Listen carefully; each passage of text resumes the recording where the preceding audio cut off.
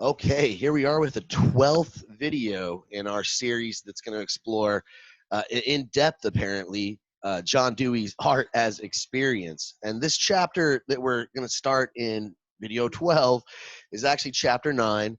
And we've got a lot of material to cover, and I want to keep these videos short from here on out. So I'm actually going to split this chapter up into 2 videos because, like I said, there's a lot of material to cover here. Again, I have to put this at the beginning of my video. Sorry to annoy anybody who has to keep hearing it.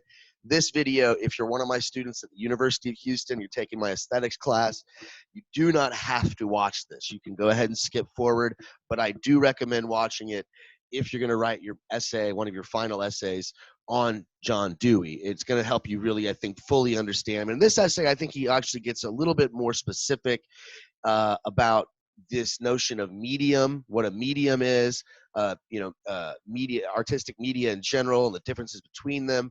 And so I think it's pretty insightful. So it's definitely worth a watch. But I don't want to waste time. Let me go ahead and take a quick sip here of my water. And then we'll go ahead and dive in. I'm going to read this quote. And again, the title of the chapter here, this is chapter 9, Common Substance of the Arts. Every work of art has a particular medium by which, among other things, the qualitative, pervasive whole is carried. In every experience, we touch the world through some particular tentacle. We carry on our intercourse with it. It comes home to us through a specialized organ. The entire organism, with all its charge of the past and varied resources, operates, but it operates through a particular medium, that of the eye, as it interacts with eye, ear, and touch. The fine arts lay hold of this fact and push it to its maximum of significance.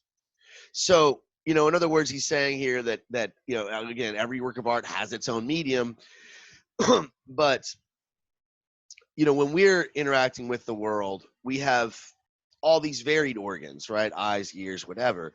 But what the fine arts do, they lay hold of this fact and they push it to its maximum of significance. How do they do this? Okay, well, each medium, I suppose, if you're anticipating this, each medium, I suppose, music, painting, sculpture, a book, I guess reading a book, reading a novel, all these are going to appeal to different organs, right? Their own specialized organ.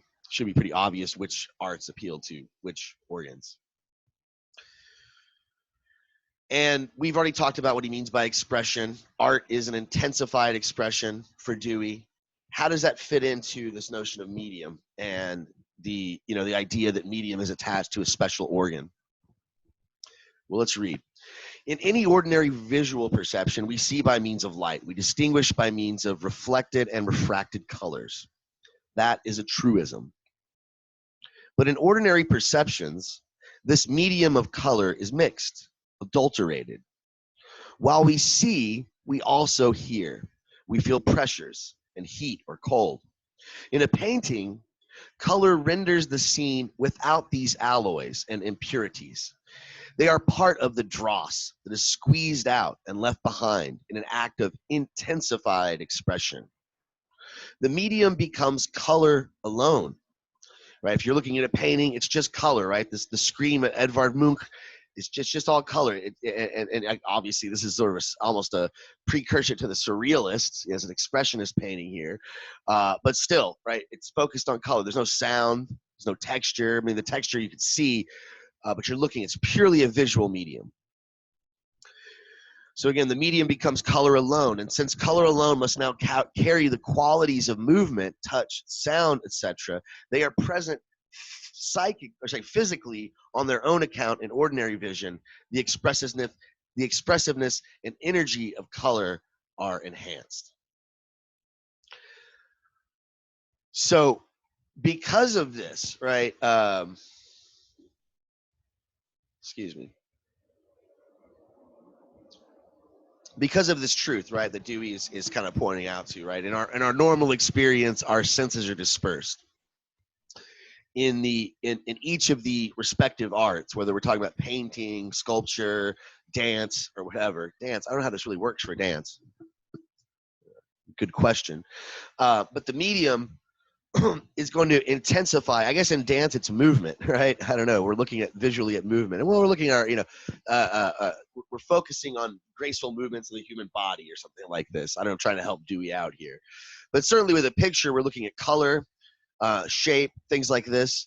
All those are a part of our lived experience, but I guess it's muddied by other things like sound or whatever. When we look at a painting, all this is concentrated. And for him, painting, he thinks, has a special power. I don't know how else to put it. But he says there's evidence that when pictures of any kind first made their appearance, magical power was imputed to them. Their power of representation could come only from a supernatural source. I mean, Dewey doesn't believe this. He's not saying he buys this, but this must have been the common experience of the pictorial. He speculates.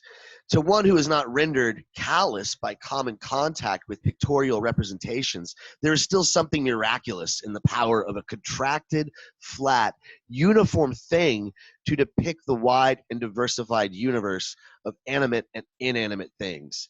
And then there's something to this. I think you show a kid a drawing, however stupid, you make a cheesy drawing of a horse, or show them how to draw a horse really easy, or a house or a tree. A small child, just sort of, a 4-year-old or something, 3 or 4-year-old, they're going to really get into that. It's going to be fascinating to them, right? So I guess think about it in that way. They're used to seeing pictures and shapes and animals, maybe, their dog if they have a pet.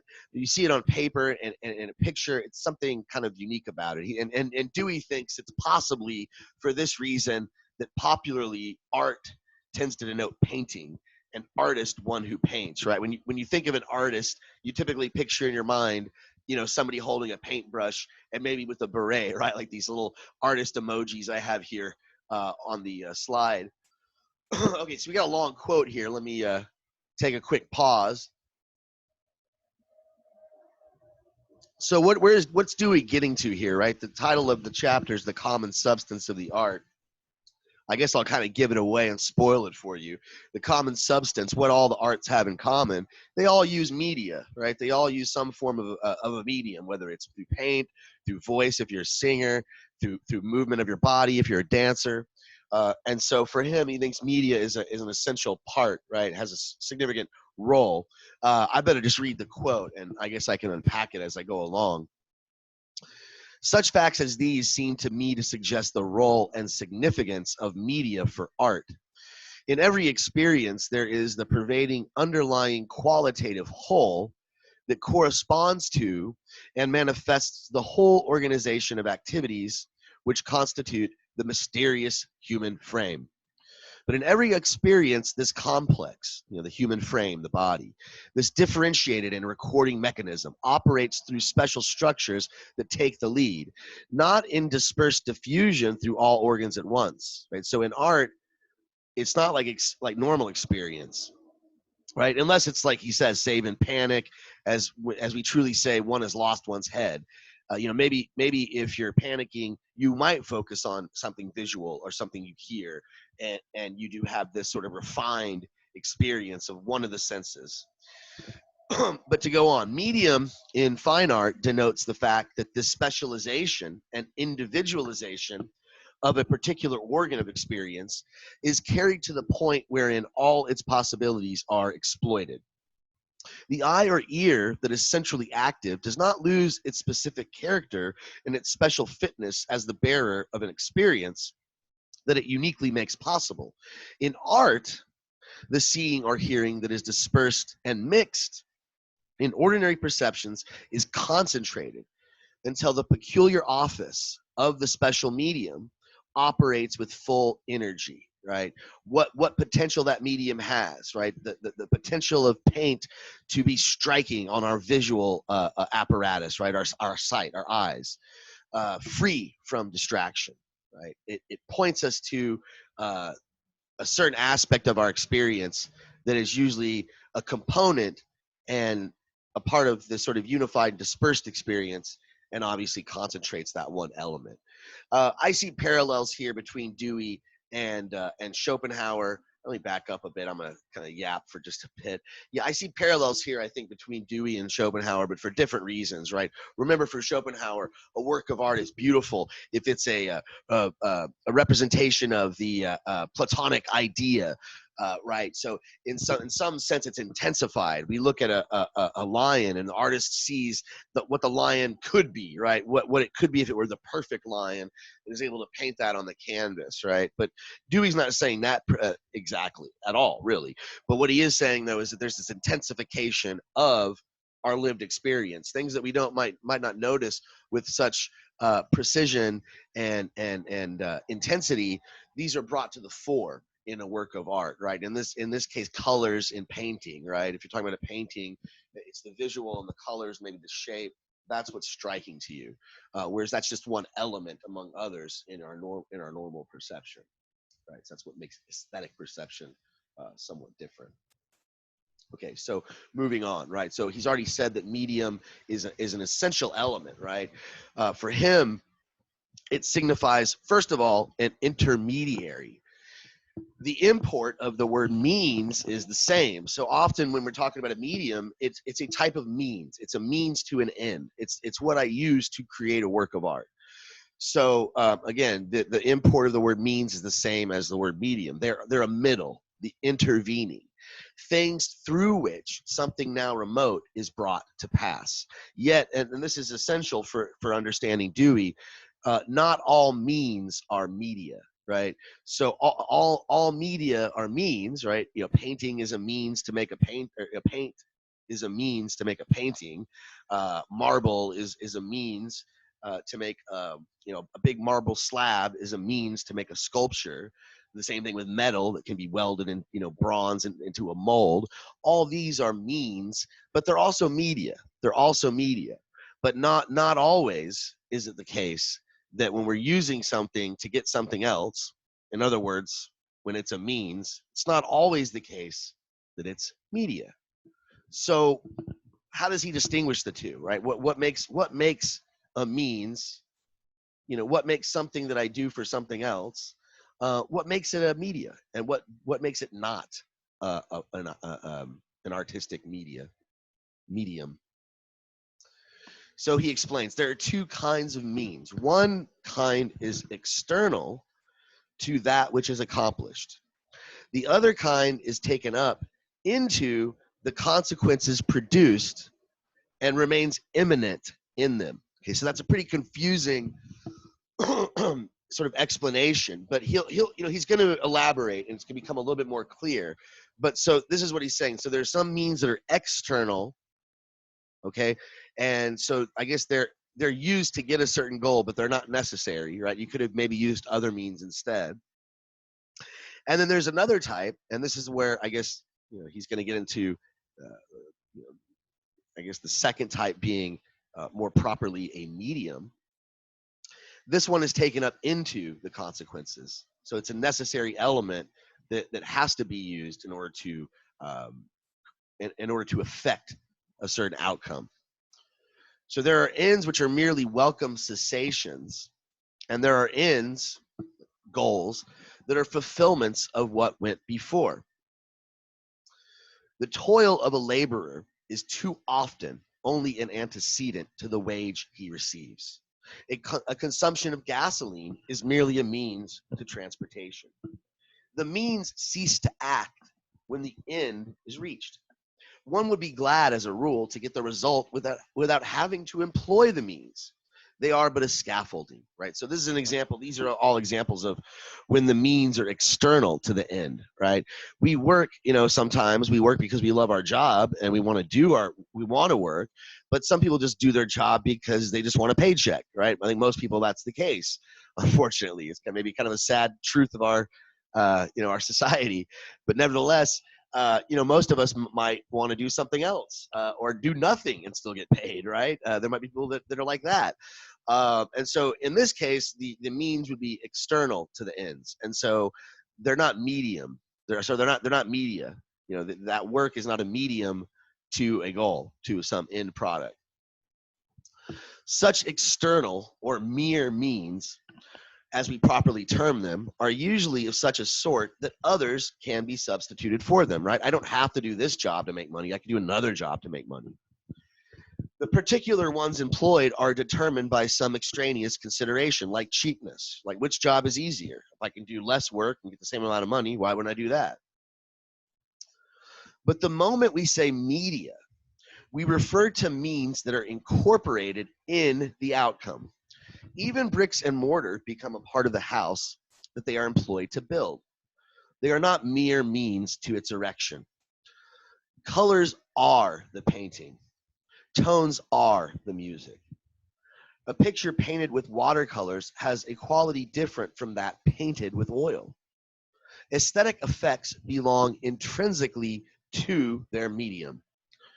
When another medium is substituted, we have a stunt rather than an object of art. You know, like imagine somebody trying to make a replica of the Mona Lisa with I don't know, with pasta or something like that, with macaroni. Okay, you know, that's not gonna, you know, for him, that if we substitute the media, right, instead of using like Leonardo used the oil paint, we're gonna use macaroni instead and glue. It's, you know, for him, this is just sort of a mechanical, tawdry sham, as he puts it, right? You know, even when substitution is, it's a stunt rather than an object of art.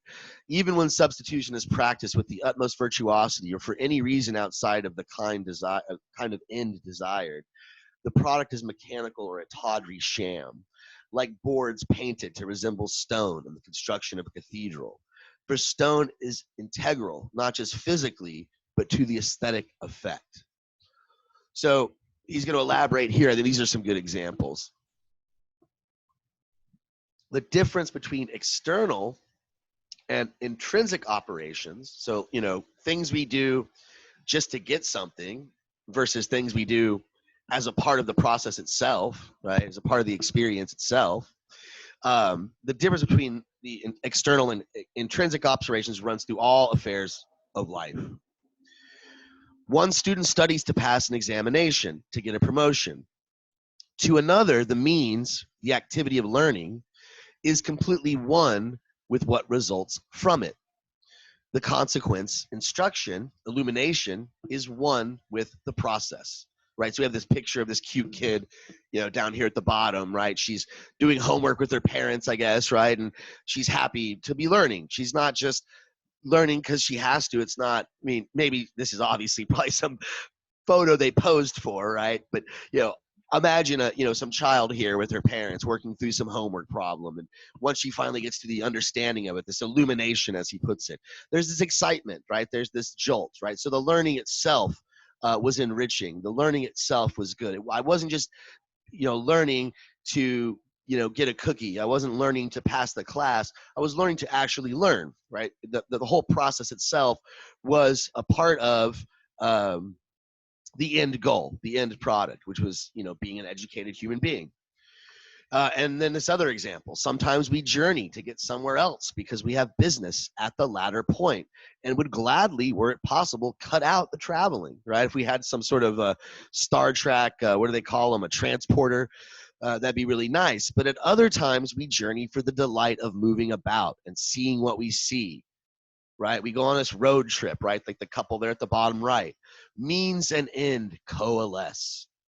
Right. So for him, when we're talking about an artistic medium, right, it's going to be like these examples, right? The means and the ends coalesce, right? When they're distinct, right? When the means are external to the end, and they could be, you know, the end, the goal could be achieved with any other means. It's not a medium properly. It's not an artistic medium of expression, for expression, properly. So he's got this sort of aesthetic versus non-aesthetic teleology. That's not a word he uses, but that's sort of what he's talking about here. I think it's kind of a philosophical term, kind of jargon, but if you're one of my students from University of Houston, you should know what teleology is from way back at the beginning of the semester when we were covering Aristotle. But yeah, teleology, a theory of means and ends and goals. So, you know, Aristotle's metaphysics is and his philosophy of art is largely teleological, right? Art has a function, it has a goal, it has an aim, and art is good or bad insofar as it achieves that aim. And there's certain means, there's certain things we can use to achieve those goals, right? According to Dewey, though, there are certain constructions of this means end relationship that are aesthetic. Should be obvious by now what he's talking about, right? It's when the means that are used are essential to the outcome, and then there's the non-aesthetic teleology. So he says if we run over in our mind a number of such cases, we quickly see that all the cases in which means and end are external to one another are non-aesthetic. This externality may even be regarded as a definition of the non-aesthetic. Why do I have a picture here of a little seal jumping through a hoop? Well, you might say, you might, if you're some animal rights person, and I'm not really a big, I'm not PETA vegan type guy, but I don't like this whole Sea World training aquatic life. I'm against it myself. I think it's pretty cruel and unusual to put these animals in these. I mean, if you're going to rehabilitate them, I get that argument. You're helping them and you're breeding them and stuff like that. Why do you have to make them jump through hoops? Why do you have to, I forgot the comedian, I think it's Doug Stanhope. He says, you don't see people going over to like starving children and saying, hey, baby, why don't you jump through this burning hoop to get a Snickers bar? That we would think that guy's sadistic and cruel. If you do it with a seal, oh, it's fine, right? So I think, it's like, why is the seal doing this? Why is he jumping through the hoop? Is it because he's trying to like show off and, to be like a cool seal and get a clap from the audience? The audience probably freaks the seal out, right? I don't know.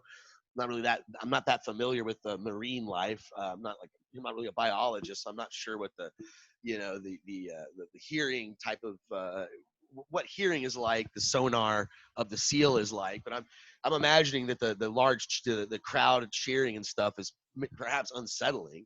So the seal's not doing it for the love of the crowd. He's doing it for the freaking sardine he's going to get later, right? So I think that Dewey would say this is an unaesthetic teleology, right? It's not, or at least a non-aesthetic teleology. You might find it entertaining if you go see it with your kids and they'll laugh and they'll like the show. But for him, maybe this is an exception to his rule. Maybe he's wrong about this. Maybe if you find this this kid in an elf suit, the trainer holding a hoop up, you find that a art or aesthetic. Maybe you don't agree with Dewey here, or maybe I'm missing something. This also, he says, applies in all ranges of experience, even when we talk about spiritual experience. So he says, in all ranges of experience, externality of means defines the mechanical. Much of what is termed spiritual is unaesthetic. But the unaesthetic quality is because the things denoted by the word also exemplify separation of means and end. The ideal is so cut off from the realities by which alone it can be striven for that it's vapid. The spiritual gets a local habitation and achieves the solidity of form required for aesthetic quality only when it is embodied in a sense of actual things, right? So I've got a couple photos here. Sorry if you're from Philly and you recognize this church. I'm not trying to degrade you or say anything bad about you, but this photo I think kind of demonstrates. I'm reading into it. I have no idea what's going on in the head of these parishioners here, right? But the photo at the top, the congregation there looks pretty sad. They look pretty bored. Maybe they're praying and their heads are supposed to be bowed. I don't think so, though, because if you look at the guy in the second row all the way to the right, he seems to be just kind of staring off into space. So these guys are sort of like, sounds like they're going to church as a sort of means to an end. They just feel like, okay, well, I've got to be a good Christian, so I guess I'll go to church on Sunday and I'll sit through this lecture and that's what I'm supposed to do. Dewey would say that's very mechanical, right? That's very that's very non-aesthetic, right? It's they're going to church as a means to an end, whereas at the bottom, right, we have this church, they're all enthusiastic, right, they're probably feeling the Holy Spirit, you know, as they sing their spiritual, right. This is a church where I think, you know, I mean, I don't know, I'm just judging by the photo. I haven't been to this church, I don't know these people. Again, please don't get offended. These are just sort of, you know, just imagine, you know, put yourself in there. You know, it seems like, no, they're there, right? They're really there. They're getting this sort of spiritual environment. The church itself, they look forward. These people they probably look forward to church every week. They're not doing it as like an obligation. They're not doing it to be a good Christian, right? I could go to any church to do that. They're going to this one because it really it taps into that spiritual need they have, right? They go there, they feel that vibrancy of life. And so for I think Dewey would agree. I'm assuming with my assessment here that bottom church is that they're having an aesthetic spirituality, where the top maybe it's a non aesthetic. I don't want to, you know, cast aspersions on anybody here. So you know, for Dewey, means are then media when they are not just preparatory or preliminary. As a medium, color is a go-between for the values weak and dispersed in ordinary experiences. We talked about that at the beginning of the video. And the new concentrated perception occasioned by the painting. Physically, a brush and the movement of the hand in applying color to canvas are external to a painting. Not so artistically. Brushstrokes are an integral part of the aesthetic effect of a painting when it is perceived. Media and aesthetic effect are completely fused. So again, you know, he insists that this relationship between means and end is not external when we're talking about artistic media. You know, and I think, and I picked this photo, I picked this image of Van Gogh's Cypresses, because I've seen this painting in real life. There was an impressionist exhibit. It was before I moved to Houston, actually. It was a year before I moved here. I was still living in Austin.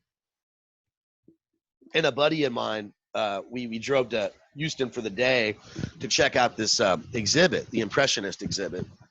And, you know, the main one of the sort of the draws was the Van Gogh piece. That was one of the pieces they were using to advertise this temporary exhibit at the Museum of Fine Arts here in Houston. But anyway, this painting in particular, it's cool. I mean, it looks cool. Look at it. It's a pretty cool painting. All the little, if you look at the lines, you can't appreciate it without being there. You have to see it. I'm sorry. You just can't. I don't want to sound like a snob, but you gotta go to the museum. I know better than you. It's not my point. He puts clumps of paint on this thing. It's thick. I mean, just thick pastels of oil just plopped on that thing. The textures, right? When you walk up to this tree and you see, especially the really dark areas, are just clumped with paint. It's really amazing. Some people don't like it. They don't like that effect. They think it's sloppy. But I thought it was super cool. It was really cool. It's kind of amazing. Certainly add to the aesthetic effect, right? So I think what Dewey's saying here is certainly relevant, right? That if the media is used in the way, you know, that he's been talking about in earlier lectures as the means of expression, I have something I have to express. The only way I can do it is through paint or through sound or through something. There's a particular organ or function of the human creature that I want to hone in on and take this inspiration I have, and through this artistic medium, bring it forth, right? Bring it forth as an art product and hopefully an artwork if we enjoy it in our experience. So I think, you know, again, what he's saying here is pretty relevant, right? The media matters. What is the McLuhan quote? The media is the message, right? Kind of a similar thing I think he's saying here. I think it's very Marshall McLuhan esque. All right, well, this is where I'm going to stop the video. We're about halfway through, a little bit more than halfway through this chapter on the common substance of the art. But again, I want to try to keep these videos somewhat shorter. So with that in mind, we're going to go ahead and say goodbye for now. And I'm going to go wrap it up on this next video, which is video number 13. We're coming to a close. It looks like Dewey's going to be an epic saga for this class. If you're really watching all this stuff, good for you. I think you might be able to write your PhD on Dewey by the end of this. But anyways, thanks for sticking around, and I'll see you on the other side.